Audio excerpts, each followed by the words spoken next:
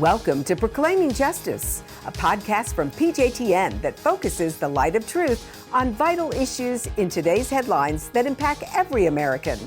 I'm your host, Laurie Cardoza-Moore, founder and president of Proclaiming Justice to the Nations, and I'm here to educate, motivate, and activate you to action.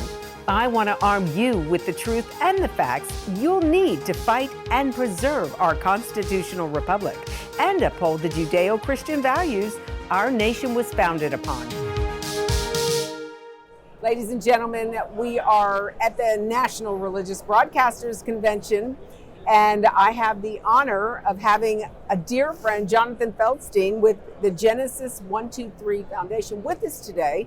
And Jonathan is going to talk about what he was doing on October 7th. He's going to give us a personal accounting and how he and his organization have been taking care of the IDF soldiers. So Jonathan, thank you for being on the show. Thank you for introducing me as a friend too, because that's the most important. But now I'm trying to think how long we go back and even where that began. I don't know. I'm just I think it has to go back to the time of Rabbi Meister, Rabbi Dr. Gerald Meister, which would have been 2009.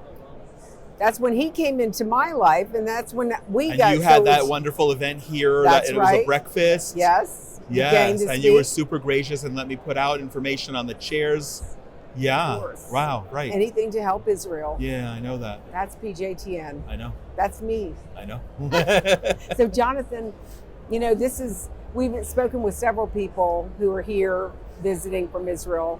In fact, aren't you excited the number of pro-Israel groups that are here, especially Israeli, who have come? Correct. It's fascinating. Yes. It's amazing to see.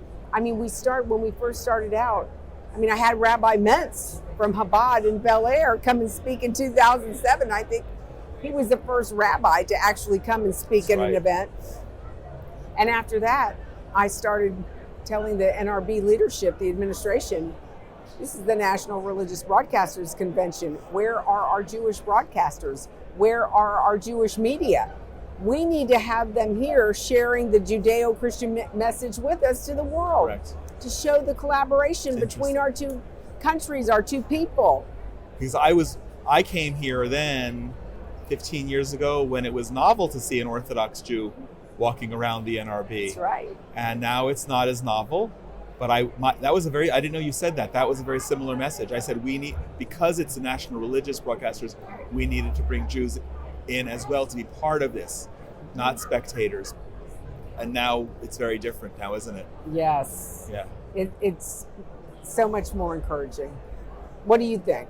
Are you excited about the growth that we're seeing now at NRB? I'm thrilled with it. I just hope that everyone's coming with a pure heart and that we're really building relationships, because you know this about me. It's not all about monetization. It can't be. Right. We have to be genuinely building relationships and that are wide and deep. And I met somebody today from another Jewish organization here for the first time, and I was giving counsel as to how to really get in and what to do, because you have to engage people. You can't. I don't know if you know this about me, but I wrote an article back in 2017 after being at an NRB a year or two earlier. I needed to wait because I didn't want any of the people I was anonymously calling out to be offended by my highlighting their stories. There were people who would come here and say, well, I'm Israeli and I'm Jewish and I sell this there and you love Israel and you're Christian, so you should buy my thing. And it was really as gross as that. So I just hope that people are coming here to make relationships. Yeah, I understand. Yeah. But I kind of agree. We should be doing everything we can to help our Jewish brethren. Okay. But many things. There's many things that we can be doing. And you do so well. Oh, you do. So do you. I don't open all of your emails by full disclosure, but I'm inspired by them so much. Thank you. And grateful. As long as when you see that coming across in your email list, I'm feeling inspired. Lori sent me another encouraging email. Absolutely. Oh, Jonathan. So let's talk about October 7th. Yes. Because we've got a lot of people here who have come over to talk about that. You know, what we can do, what Christians can do to stand with Israel and the Jewish people. Where were you on October 7th? I was in bed. We were oversleeping because we had walked home from my daughter and son-in-law's house. So it was Shabbat. We walked home from their house the night before, got in at 1 o'clock, which is a little bit late for me, and was planning to wake up to go to services that morning. And, I don't remember to tell people this, but when you're sort of lying in bed and not 100% awake, but nor dreaming, you're aware of things that are going on, but not aware, like the lights in our faces here right now and hearing the noises. It felt like I was dreaming, and I was hearing boom, boom, boom, a muffled sound in the distance, which made no sense. So, of course, thought I was dreaming, and for some reason I thought it was tanks being fired, which made absolutely no sense because there are no tanks stationed where we live in the Judean mountains, and I'm hearing boom, boom, boom.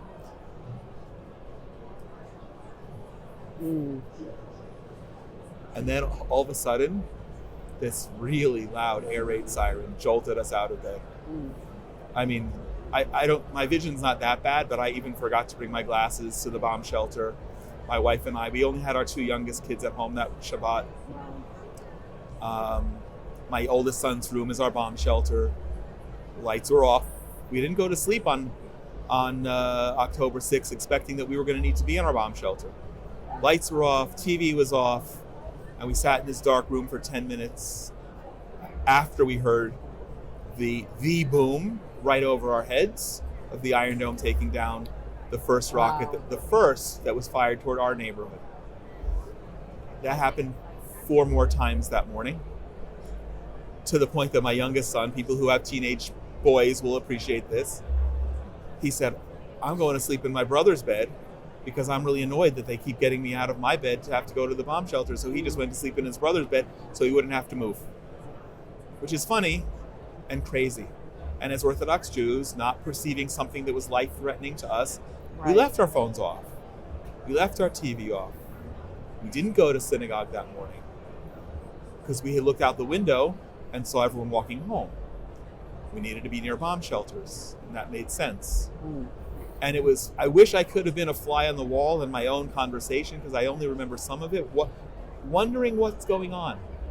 It's not unheard of that rockets reach 40 miles north and east of Gaza in our neighborhood. That's happened before, but it's rare.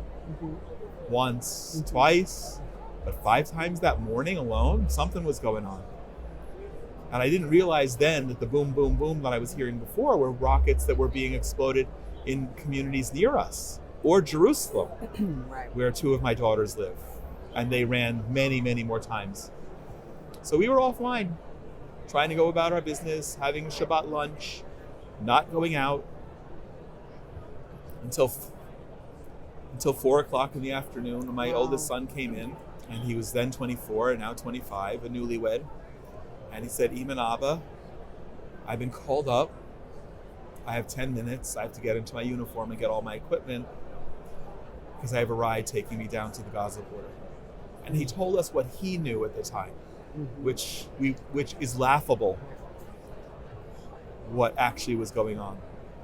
And one of the most eerie and horrific moments in my life was watching my son get in that little black car and drive off, go into war. But we didn't know what was going on. And that just began the living of a nightmare that we're still in the midst of. I could only be here with you in Nashville today because he's out of Gaza. Always fearful of that knock on the door. And personally, we were experiencing the trauma through my 6 children and my daughter-in-law, who was a newlywed, spending half of her married life not with her husband. And my son-in-law, who was called up on that day to one of the bases that was overrun by the terrorists, and they told him, don't come yet, not safe. And showing how great a man he is, he still regrets to this day that he didn't go down early so he could take on the terrorists. He feels bad that he stayed. And it's a national trauma. That's what we're in the middle of. It's an overwhelming story, and there's so many stories similar to your story, but your story doesn't end there because you decided, as you always do, Jonathan, to march into action. I did. What can we do? How can we serve?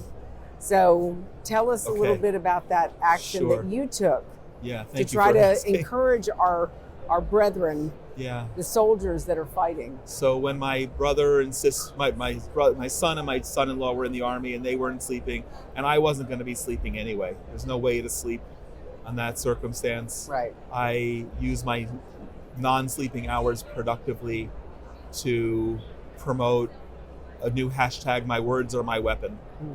I've done dozens of interviews, maybe 100 or more since then, written dozens of articles, brought briefings, prayer events, and that's all really just because that's what I can do. I can't pick up arms. I can't go be alongside my son as a paratrooper, protecting him and fighting the terrorists. But I did what I could, and I still am. But on October 8th, on behalf of the Genesis 123 Foundation, we set up the Israel Emergency Campaign, not the Israel Emergency Fund, because we need people to engage. Right. Fundraising is important, and I'm wearing this jacket because it keeps me warm, but it's also a symbol of something that was so successful. Yeah, so tell us about this jacket, because it's beautiful. It's beautiful. I'm just wondering if I can get one. The answer is probably yes. Yes, but I have them at home in my storage area. And that time I see you. I'm coming to Israel. Okay, in May we'll get Save you. me one. All right, fine. A medium, I think. Yeah. I think a medium would be great. But by the way, this is so interesting. It was hard to get them, the supply chain, and then the Houthis started attacking ships that were bringing them from China. Oh, wow. So it took another 2 weeks to get them and increased the price. So I have 4 vendors that were getting these. So one of the things we're doing is social welfare for soldiers. Men like my son and son-in-law were called up on October 7th. They could wear shorts to battle. It was warm. It was a gorgeous day. But now it's winter. Yes. And they didn't leave with jackets. And no one planned a war in the winter. We haven't had a war in the winter since 1948. So no one planned that. There weren't 300,000 jackets in different sizes. Think about that. That's waiting for soldiers who were coming from their communities. So one of the things that we've done, a wide array of them, is we decided to do a campaign to raise money for winter jackets. I love that people are donating even $1 to that, because it means they care. It means it's all they have, and it means they care. And it's the sum of all of those jackets, and these jackets cost $140 each. It's the sum of all of that allowed us 2 weeks ago to give out our 1,000th jacket. Wow. To an elite unit that I wasn't even allowed to take the pictures of the back of their heads. Wow. That elite. And that's been one of the things. And we're working with social welfare for at-risk youth. We have helped evacuate and settle a community from the northern Gaza area in their hotel for almost a month in Jerusalem. And the experience that we made their trauma into an experience that they'll never forget in a positive way. I don't even remember all the things that we've been doing, but it's a lot. And it's because of the support, Jews, of course, but largely from Christians from all over. Oh, and I have to tell you this. If I die and it's the only thing I've done in my life, and they put this on my grave, one of the hostages taken on October 7th was a Tanzanian agricultural student. When his body was found in Gaza, I immediately contacted a friend of mine who's a pastor in Tanzania, and I said, we need to comfort the family. They're part of us. Wow. He reached out to them. He went to the funeral. Because he was representing us and coming from Israel, he was honored to be asked to speak at the funeral, and then was all over Tanzanian state media, TV, radio, newspapers, about building bonds between Tanzania and Israel. Wow. And that's all because of the generous support from people who donate $1. That's amazing. Ladies and gentlemen, I know I hear from many of you who email me and you ask me, what can we do? How can we serve? And this is just another way, another example. And it kind of encourages me, because we know that we're helping to provide some comfort and some warmth for these soldiers as they're out there fighting. So, Jonathan, as we wrap up this interview, tell our audience how they can learn more about your organization, where they can go to help, to donate. So thank you for that. So the website is genesis123.co. Okay. And all the ways to connect with me are there. All the ways to donate and participate in our petition to get the hostages freed. Right. And to donate to the Israel Emergency Campaign, or connect. Okay. I mean, it really can't only be about money. We're planning a big prayer event, Jews and Christians all over the world. We don't monetize that. So Genesis123.co. Ladies and gentlemen, you've heard from Jonathan and my dear friend. And this is a way that you can do something tangible to provide comfort. You know, Isaiah 40 verse 1, the Lord said to Isaiah, "Comfort ye, comfort my people, says the Lord." And this is a way that we can do that. And just imagine how it's going to make these IDF soldiers feel that someone in America cared enough to buy a jacket to keep them warm in this battle. So, Jonathan, God bless you. Always good to see you. Thank you so much for being You're here. a blessing. Thank you. Thank you again for joining me on this edition of Proclaiming Justice. Please share this podcast with your family and friends. For more information about how you can get involved, please visit our website at pjtn.org. As a PJTN Watchman, you can help us keep up the fight to preserve our freedom for our children and their children for such a time as this.